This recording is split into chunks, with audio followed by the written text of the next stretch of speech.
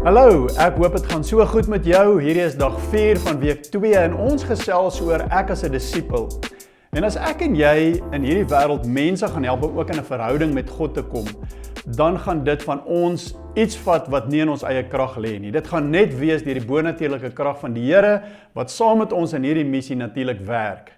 En ek en jy het nodig om tools in ons lewe te gebruik waarmee ons hierdie krag van die Here kan aktiveer en waarmee ons ander mense kan bereik. En een daarvan is gebed. Gebed is 'n plek waar ek en jy kom en ons die Here vertrou in hierdie nuwe koninkryk, in hierdie nuwe kultuur waarin ons nou leef, jy weet, om in gehoorsaamheid te leef as gelowiges.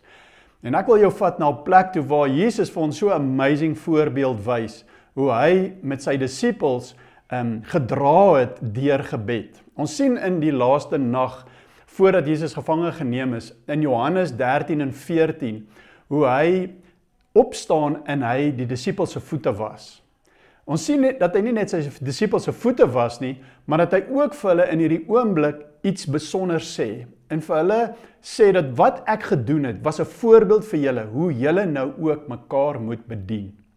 Dan kom die Here en hy sê vir hulle, ek gee vir julle 'n nuwe gebod. En hierdie nuwe gebod wat hy gee is dat julle moet mekaar lief hê. En soos wat ek julle lief gehad het, moet julle ook mekaar lief hê. En dan sien ons dat Jesus aan die einde van hierdie aand, hoe hy vir hulle bid.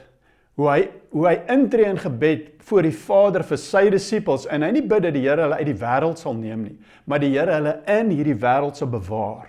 Want daar is natuurlik iets, hoekom hulle hier moet wees. Dit gaan oor hierdie missie van die Vader. En dat Jesus op pad is om hierdie ouens te lanseer in hierdie missie om mense te bereik en terug te bring in 'n verhouding met God.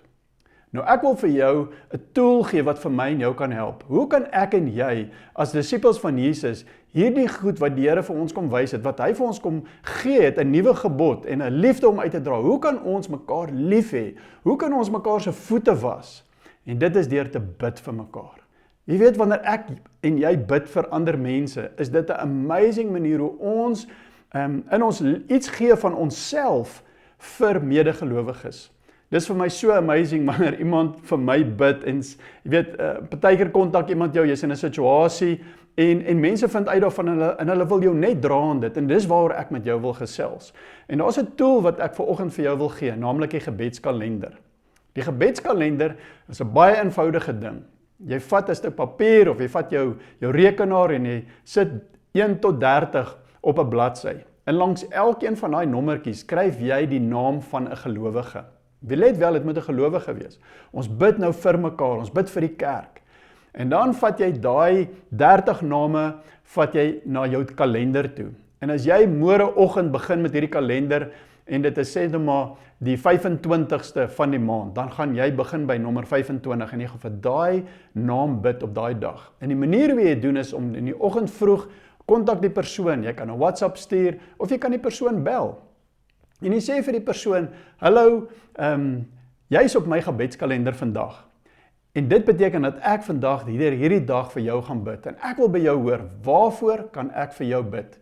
En dan gee mense vir jou terugvoer. Somstyds, jy weet, is mense natuurlik op 'n plek waar hulle nie weet wat om te sê nie. Ek het dit al self beleef met mense wat vir my kort, weet, 'n boodskap stuur en sê, waarvoor bid ek vir jou vandag? Maar ek wil jou aanmoedig om hierdie tool te gebruik en jy gaan sien dat wanneer jy in mense se spasie kom met hierdie vraag, waarvoor kan ek vir jou bid? Dat mense beleef, hier's iemand wat dink aan my, hier's iemand wat omgee vir my, hier's iemand wat my bedien, hier's iemand wat saam met my bid en wat my wil dra. Jy sien, ons wil vir mekaar na mekaar kyk, ons wil vir mekaar omgee, ons wil langs mekaar stap in hierdie lewe waar die Here ons roep om 'n verskil te maak. En soms is ons omstandighede so dat ons het God se hulp nodig en partykeer is dit net so amazing om te sien hoe die Here kom en in hierdie gebeure wat ons vir mekaar bid, hoe hy antwoord, hoe hy bekragtig, hoe hy deurkom vir mense. En dis wanneer ek en jy begin sien hoe die Here werk as ons bid.